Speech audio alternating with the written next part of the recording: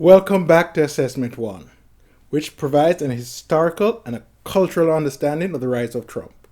We are in Episode C, which is the assessment's main area of discussion. This particular segment is Episode C, Part 4. Now, in the previous segments of Episode C, i.e. Parts 1 to 3, we looked at the historical foundation of America's political culture, the post-1960s response to that culture, and the more recent response to the initial response, which set the stage for the arrival of Donald J. Trump. The segment below, C4, will review Trump's arrival onto the political stage and provide a partial explanation of why and how he was able to leverage the current social environment to achieve political success.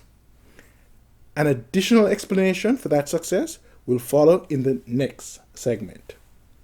But for now, below, Episode C, Part 4, or Enter the Donald. Alright, U.S. presidential elections, to include their primary phase, have traditionally been focused on political themes during which, for instance, Republican Party candidates would normally advocate for a wide range of conservative ideological and social ideas.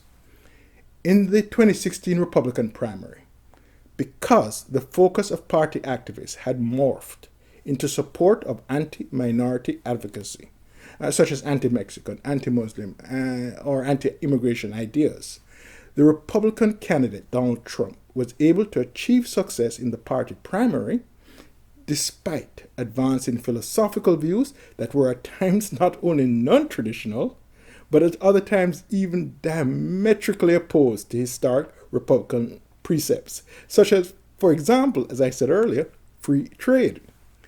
Now, to explain this, we should note that a very important consequence of Trump's anti-minority theme was that it provided him with the political gravitas or ideological space that allowed or permitted him to also advocate for anti-Republican or populist economic messages, which then further reinforced the popularity of his overall political message.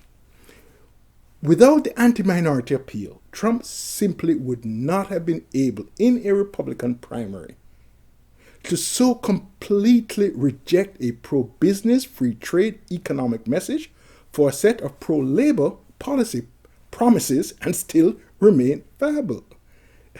This ideological heterogeneity or fluidity, built upon, as I said, an anti-minority or sectarian focus, had the November presidential election effect of making Donald Trump a significantly more potent or difficult to run against candidate, since it stripped the Democratic Party of much of the standardized critique leveled at Republican presidential nominees and left them holding political ammunition that only served to strengthen Trump.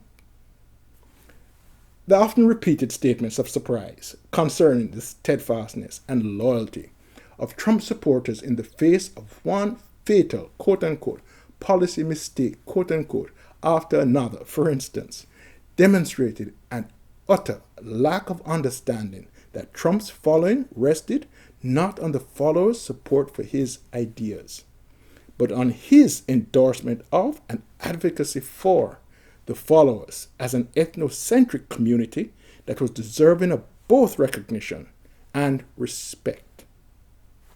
In short, it was the fact that he supported them, the so-called basket of deplorables, quote-unquote, rather than that they supported him, which was, as I said before, the Gordian knot that tied and still does tie the Trump political movement together. His unflinching support for this army of embittered deplorables, quote unquote. Consequently, his so-called self-destructive attacks against one minority community after another, such as, for instance, the accusation of displayed ethnic prejudice against a sitting U.S. judge of Mexican heritage, or even the more incendiary but feminist and media-supported and therefore politically laced charge of engaging in sexual assaults against women, served only to provide ironclad confirmation that his Trump's political sensibilities were in opposition to these minorities of various stripes. And by critical logical extension, and I say again, by critical logical extension, his sensibilities were in support of America's historically dominant majority community. Hence, the playing out by the Democrats and their supporters of Trump's many outrageous quote-unquote acts, because they were invariably committed against one of these minority-majority individuals, or because he was being subjected to criticism that was being led by one or more of these minority communities, such as the media, for instance, helped to strengthen, and certainly not weaken, the gratitude and loyalty of Trump's supporters for his apparent willingness to acknowledge through opposition to these minorities his supporters' political ethnic majority identity and worth.